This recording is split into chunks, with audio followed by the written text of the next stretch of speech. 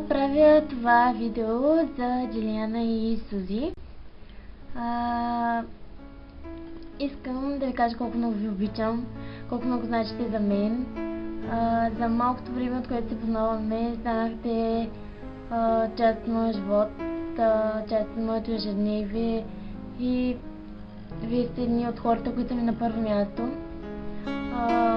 Искам да знаете, че винаги може да разчитате на мен, че винаги ще съм готова да ви помогна, винаги ще ви разбера, дори да ви упреквам понякога или да изказвам отрицателното си мнение. Не го правя за ваше зло или нещо от сорта, го правя за ваше добро и защото искам да сте добре. Искам да сте щастливи, искам всички да сме щастливи. Не искам да виждам сълзи в очите ви. Затова се опитвам усмивките да са повече. Има разли, когато някой от вас плаче. Просто много ви обичам наистина. Макар да не се познаваме от много време, всъщност вие да, но трите заедно не. Може би сме били едно цяло разделение на три, което си е събрало частичките и сега е заедно и щастливо и да. Джилиана, с теб много се караме, много ме дразниш, наистина. Повече дори по някой път от дитко, че го знаеш, но много те обичам. Бих направила всичко за теб и колкото и да ме дразниш и така нататък. Пак ще те обичам и винаги ще съм готова да направя всичко за теб. Сузи, с моите слънчици, мекичко, царечко. Просто, че си една от малкото хора, които аз много ме карат да се усмихвам, да се радвам, да съм щастлива. Наистина, просто когато ти видя усмивката, сладките зъбки и всичко изобщо твое, сияе щастие.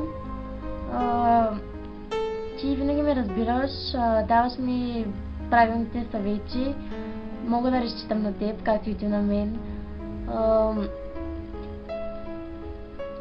Винаги би била готова да ми помогнеш за каквото и да било, сигурна съм. Може би не одобряваш някои черти на моя характер, но просто няма как да съм идеална, никой не е идеален. Въпреки всичко това, което съм аз, искам просто да знаете, че наистина много ви обичам и винаги ще съм с вас, каквото и да ставам. Дори някой ден да се скараме, няма да позволя това приятелство да се разпадне.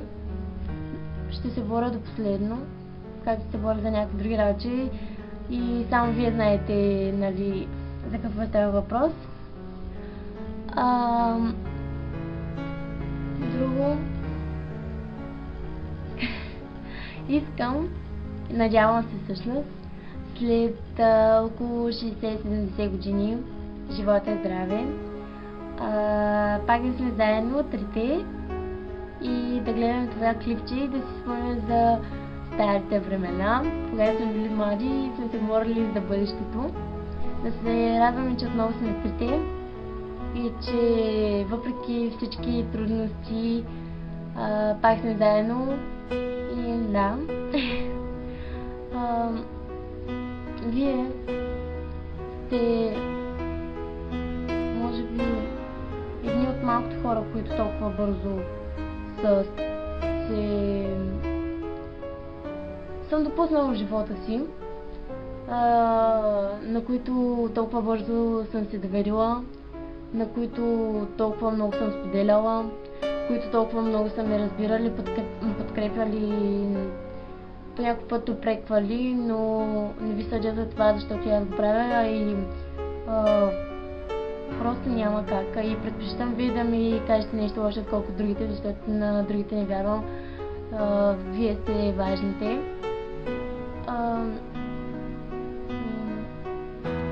Мога много да говоря. въпреки малкото време, всъщност реално погледнато не е толкова малко, половин година не е малко време, но се надявам да сме още много повече заедно. Просто много ви обичам и сигурно го казвам за първи път. Знам, че това са само думи и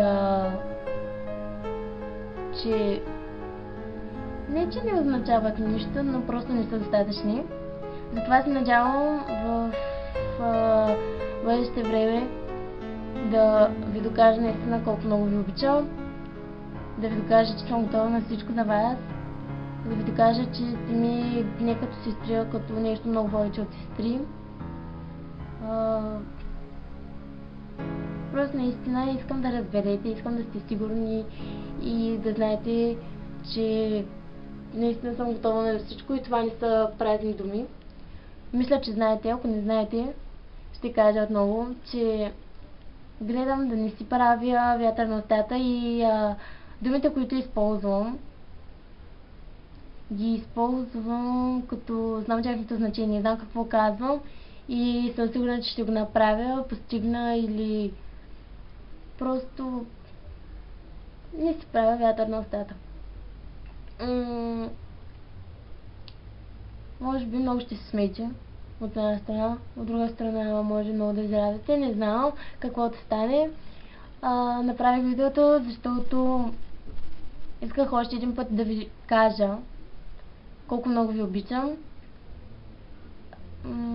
Не знам дали ще го кача, не знам дали ще го видите, но когато го гледате, се надявам да се зарадвате малко или много.